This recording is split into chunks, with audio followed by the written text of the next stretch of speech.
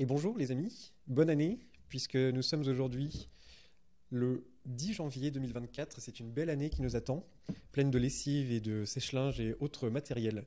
Je souhaitais revenir sur la laverie que j'ai achetée, qui m'a le plus coûté en énergie et le plus appris. Comme vous l'avez vu dans le titre, j'ai acheté une laverie pas rentable, qui tourne énormément, mais qui n'est pas rentable pour plusieurs raisons. Et je pense que vous pouvez retirer énormément d'apprentissage de cette étude de cas. Donc, je vais vous partager tout de suite les informations. Donc, si on regarde le chiffre d'affaires total, déjà, pour vous donner une idée, 56 000 euros, 248 TTC. Et si on regarde l'évolution, donc ça, c'est sur toute l'année 2023. On a une belle progression. On a quand même atteint un pic, notamment en octobre, à 5 800. Et ça, c'est donc, pour vous donner du contexte, dans une ville de 35 000 habitants. Une zone de chalandise très intéressante, c'est un emplacement 5 sur 5, comme j'appelle, à 90 000 habitants dans toute l'agglomération récente. Il faut savoir qu'il y a un concurrent à 50 mètres, même pas, mais qui est beaucoup moins visible. Donc nous, on est venu prendre beaucoup de parts de marché. La laverie a été créée en mai 2022, donc on voit qu'elle est quand même assez récente. Et ça peut vous donner une idée de la progression qui est possible et des chiffres possibles, avec juste 5 machines et 2 séchoirs. Donc vous voyez que les laveries, ça marche, ça, il n'y a pas de doute, en termes de volume d'affaires. Et tout le jeu, quand on crée une laverie ou qu'on en achète une, c'est d'avoir des charges basses et pour pouvoir dégager du bénéfice. Donc je vais vous expliquer un petit peu l'histoire de cette laverie et comprendre pourquoi je l'ai achetée. C'est pas moi qui l'ai créée, je l'ai rachetée en fin 2022.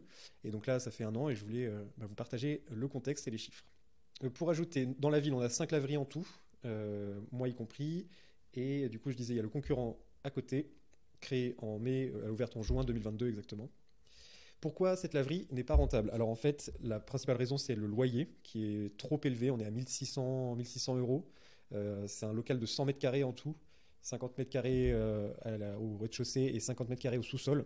Et c'est beaucoup trop élevé pour une laverie, enfin, si on ne peut pas l'utiliser, et moi j'ai beaucoup d'espace perdu. Donc ça fait un loyer trop élevé par rapport au volume actuel de vente. Ça pourrait aller, mais parce que le problème, c'est qu'il n'y a pas que le loyer qui entre en jeu. L'ancien gérant, donc, qui a créé la laverie, a en fait d'abord acheté un fonds de commerce pour 80 000 euros. Et il a emprunté à 100% pour ce montant. Et ensuite, il a transformé le fonds de commerce en laverie. Si j'ai bien compris, en fait, à la base, c'était pas ce qu'il voulait faire. Et le problème, c'est que du coup, il a emprunté 80 000 euros pour le fonds de commerce de base.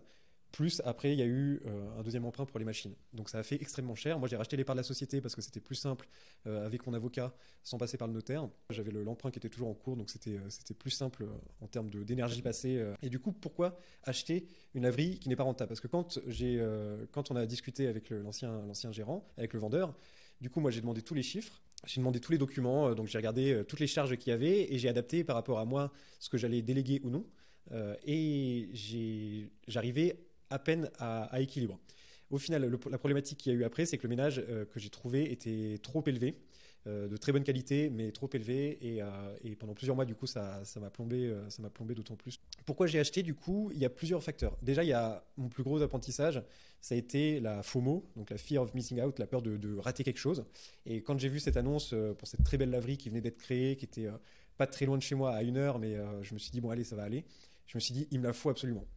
Et le problème que j'ai eu, c'est même en posant les chiffres et en voyant que c'était pas encore rentable, je me suis dit, c'est un défi, je vais essayer de rendre ça rentable. Donc, j'ai eu la peur de rater l'occasion et je me suis dit, il me faut absolument cette laverie, même si c'est compliqué financièrement, je me lance à fond dans les laveries, donc il me la faut absolument. J'ai mis beaucoup trop d'émotions dans un investissement et ça a été mon plus gros apprentissage de 2023. Moi, c'est vrai que ça m'a coûté beaucoup en énergie et en argent et je vais expliquer juste après pourquoi. Donc, première raison pourquoi je l'ai acheté, la FOMO. Ça, clairement, il faut en être conscient. Donc, si vous voyez passer une annonce de laverie où vous avez une occasion, vous trouvez un local, mais que financièrement ça passe pas, ça passe pas. Il faut pas perdre de vue que c'est un investissement et on n'est pas là pour. C'est pas le projet d'une vie, c'est un commerce. Il faut que ça soit rentable, il faut que les chiffres priment et l'émotion vient après. Évidemment, on peut faire quelque chose qui nous plaît, qui est beau, qui nous convient en termes d'organisation, etc. On peut y mettre du sien dans la partie visuelle, etc. Mais la première règle, c'est que les chiffres soient OK. Voilà. Ne faites pas la même erreur que moi. Deuxième raison pour laquelle j'ai acheté cette laverie, c'est que c'était pas cher par rapport à la zone de chalandise, au volume de chiffre d'affaires qu'il y avait déjà quand j'ai acheté. Même si c'était pas encore rentable, le volume de chiffre d'affaires était super intéressant et je voyais qu'il y avait encore matière à évoluer. Et c'était le cas, ça a bien évolué. Du coup, l'un dans l'autre, c'était le prix d'achat que j'ai payé, moi, n'était pas cher, donc c'était quand même intéressant. Troisième raison, c'est aussi que la laverie était toute neuve. Il y avait déjà un emprunt en cours, donc je n'avais pas tout ce travail de sélection de local et d'aller démarcher la banque pour trouver le financement. Donc c'était un peu clé en main. Et moi, ça m'intéressait beaucoup parce que j'étais dans cette logique de vouloir avancer rapidement, enclencher, enchaîner sur d'autres laveries. Donc c'était opportun. Mais les erreurs que j'ai faites, je vais passer aux erreurs maintenant, et ça, je pense que ça va vraiment vous servir. Le problème, c'est que c'était pas cher, mais notamment le ménage, comme je disais tout à l'heure, qui m'a coûté trop cher. Je l'ai mal anticipé dans mes dépenses mensuelles. Il m'a coûté plus cher que ce que j'avais anticipé au départ. Et l'erreur que j'ai faite, c'est que je n'ai pas posé les chiffres sous forme de prévisionnel. J'ai fait mon calcul à l'achat, j'ai dit ok, à peu près, je sais combien ça va me coûter. Et après, j'ai pas eu de suivi. J'ai pas pris un tableau, j'ai pas mis les chiffres et je me suis pas dit ok, avec ce volume de chiffre d'affaires, dans 3 mois, où est-ce qu'on en est, par rapport aux charges aussi, combien ça va me demander en trésorerie en plus. Et donc, j'ai pas eu toute cette anticipation, et ce qui fait que j'ai navigué à vue pendant plusieurs mois, et ça a été, du coup, ça a été compliqué et assez stressant.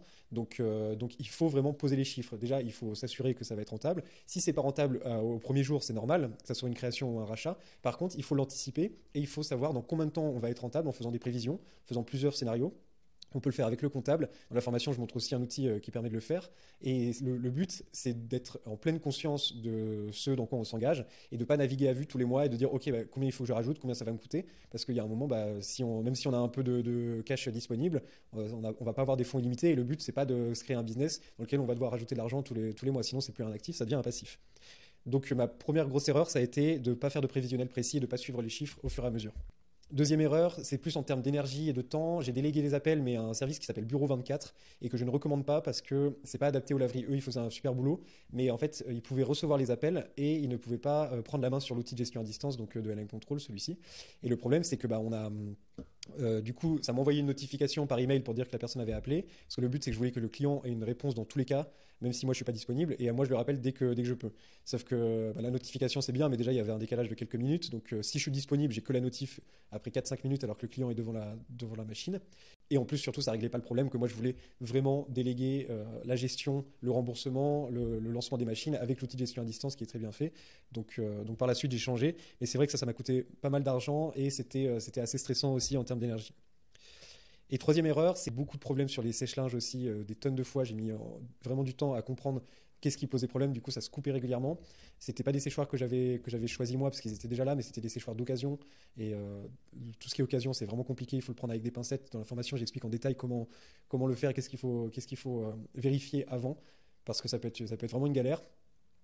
Et en plus, l'installation pour les séchoirs, l'installation électrique avait été faite par un artisan différent qui n'est pas spécialisé dans les laveries. C'était pas adapté aux séchoirs. Ça a été une galère. J'ai mis 1 an à vraiment comprendre la problématique en faisant venir au moins 5 ou 6 fois un technicien. Ça m'a beaucoup appris en termes de besoins techniques. Ça m'a beaucoup appris en termes de priorités financières et est-ce qu'il vaut mieux travailler au moins cher avec des artisans séparés mais qu'on connaît, etc. Si c'est pas adapté aux machines et si tous les corps de métier n'échangent pas entre eux, c'est pas adapté et ça prend du temps. Le but, c'est aussi de vous transmettre des connaissances et du retour d'expérience parce que je trouve que c'est par ça qu'on apprend d'autant plus. Moi, ça a été compliqué sur cette laverie, mais j'ai appris énormément. Et ça, c'est ce que j'essaie de retransmettre dans la formation, dans ces vidéos, dans cette vidéo aussi. Parce que les laveries, ça peut vraiment bien se passer. C'est un business qui est ultra stable et ça a énormément d'avantages. Ça tourne en automatique, on peut déléguer facilement. Et une fois que ces charges sont payées, on peut facilement dégager du bénéfice.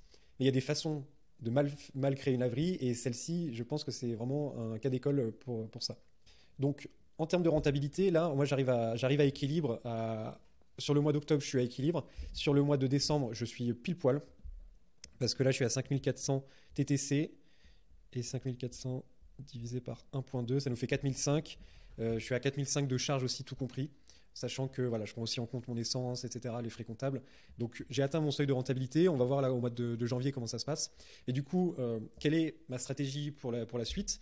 Donc déjà, j'ai mis en place beaucoup de communication et je suis encore en train de tester des nouvelles choses.